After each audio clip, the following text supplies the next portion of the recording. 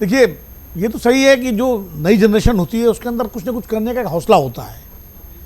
15-16 साल से लेकर के 25 साल तक की उम्र का जो दौर होता है वो दुनिया को बदलने का दौर होता है। हम सब उस दौर से गुजर चुके हैं और इसीलिए दुनिया में किसी भी परिवर्तन की जब शुरुआत होती है तो वो इसी एज ग्रुप वो के समूह साथ होता है। वो समूह होता है। यहाँ तक गांधी जी को भी 1942 में छात्रों का ही आह्वान करना पड़ा था कि भाई स्कूल कॉलेज सब छोड़ो और सड़क पर आओ।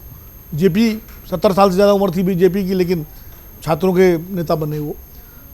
तो वो उस दृष्टि से तो जो गुंजा कह रही है उसमें है कि भाई युवा हैं, युवाओं को मतलब ऐसे युवा जो 12 साल जिन्होंने सिर्फ नरेंद्र मोदी का शासनकाल देखा है या थोड़ा बहुत मनमोहन सिंह का देखा होगा, ज़्यादा से ज़्यादा जो 20-22-25 साल के लोग हैं, तो उस कुल मिला करके उनके अंदर एक बेचैनी, एक असंतोष तो है और इसको हम अनदेखा नहीं कर सकते।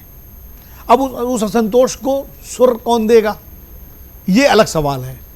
क्या कॉकरोच जनता पार्टी सुर देगी या जो संस्थागत विपक्ष है वो सुर देगा, ये एक भविष्य का प्रश्न है। अब जैसे नीट का मुद्दा है, सबसे पहले सबसे ताकतवर था कि राहुल गांधी ने उठाया है, इसको आप कैसे अनदेखा कर सकते नहीं, और हैं। एनएसयूआई का और एनएसयूआई ने जिस तरह देशव्यापी प्रदर्शन किए हैं, और यही विडंबना है कि उनके साथ और कोई विपक्ष का आदमी नहीं था, कोई पार्टी नहीं, समाजवादी पार्टी, आरजेडी कोई नहीं था।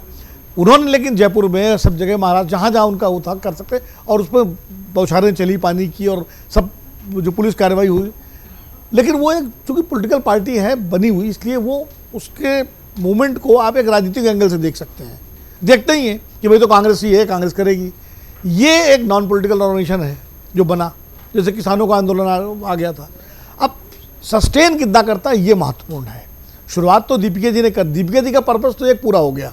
इसके पहले अभिजीत दीपिका कौन जानता था, किसी को नहीं पता था। कौन नौकरी कर रहे थे, अपना पढ़ाई कर रहे थे, अब वो एक फिगर बन गए, एक फिगर बन गए, कल्ट बन गए। अब सब उन लोगों का बैकग्राउंड पता हो गया कि वो दलित समुदाय से आते हैं, वो आम आदमी पार्टी से जुड़े रहे, पहले किसी को नहीं पता। इसलिए मुझे लगता है कि वो जो है वो तो एक पर्सनालिटी बन गए। अभिजीत दीपिके रातों रात सोशल मीडिया की ताकत से पर्सनालिटी बन गए, इसमें कोई दो है। जो फेम बहुत लाठियां खाने के बाद, जेल जाने के बाद, बहुत सड़क पर जो है धक्के खाने के बाद जो नेताओं को, हमारे छात्र नेताओं को मिलता रहा है, मिलने में वर्षों जिनमें लगते रहे, वो उनको 15-20 दिन में मिल गया, एक बयान के बाद, एक बनाने के बाद, और फॉलोअर्स हो गए। लेकिन फिर मैं कहूँगा कि ये ज्वार है, क्या ज्वार रुकेगा या भाटा बन के बैठ जाएगा?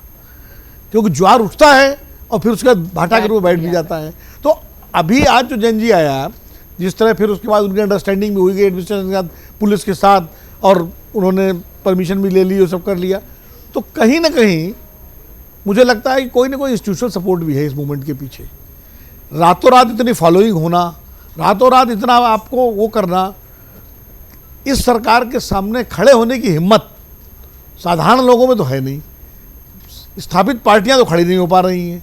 एक अमेरिका में पढ़ने वाला व्यक्ति खड़ा हो जाए तो बिना किसी इंस्टीट्यूशनल सपोर्ट के, मुझे तो लगता नहीं, मेरा जो अनुभव कहता है, अन्ना आंदोलन को भी बहुत बड़ा इंस्टीट्यूशनल सपोर्ट था, और उसके बाद अरविंद केजरीवाल की पार्टी बनी, तो वो सारा हम लोगों को मालूम है। अब तो सब सामने आ गई चीज़ें कि किसका सपोर्ट था, किसका था, लोगों ने स्वीकार भी कर लिया। तो कोई ना कोई इंस्टीट्यूशनल सपोर्ट तो इसके पीछे है।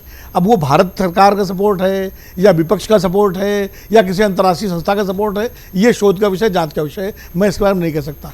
लेकिन निश्चित रूप से किसी न किसी संस्थागत समर्थन के बगैर इतना बड़ा मूवमेंट खड़ा करना एक इंडिविजुअल के लिए संभव नहीं है।